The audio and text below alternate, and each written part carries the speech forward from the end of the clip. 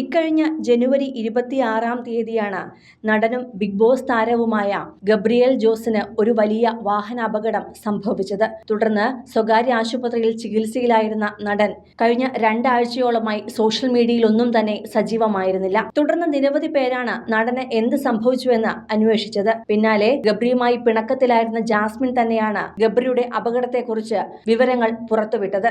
വലിയ അപകടമായിരുന്നു ഗബ്രിക്ക് സംഭവിച്ചത്. തുടർന്ന് 2 ആഴ്ചക്കാലത്തോളമായി ആശുപത്രിയിൽ അഡ്മിറ്റായിരുന്ന ഗബ്രി കഴിഞ്ഞ ദിവസമാണ് വീട്ടിലേക്ക് തിരിച്ചെത്തിയത്. വീട്ടിലേക്ക് തിരിച്ചെത്തിയ ഗബ്രിയുടെ 2 കൈകളും ഒടിഞ്ഞ നിലയിലാണ്.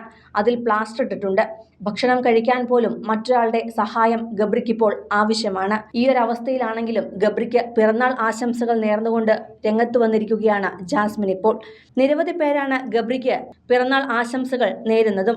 Cheers to another year, happy birthday ഗബ്രി എന്നാണ് ഒരു നായക്കുട്ടിയെയും കയ്യിലെടുത്തു പിടിച്ചുകൊണ്ട് ഗബ്രിക്കൊപ്പം ചേർന്നിരുന്നുള്ള ചിത്രം പങ്കുവച്ചുകൊണ്ട് ജാസ്മിൻ കുറിച്ചത്. ഇരുവരുമുള്ളത് ഗബ്രിയുടെ വീട്ടിലാണെന്നാണ് സൂചന.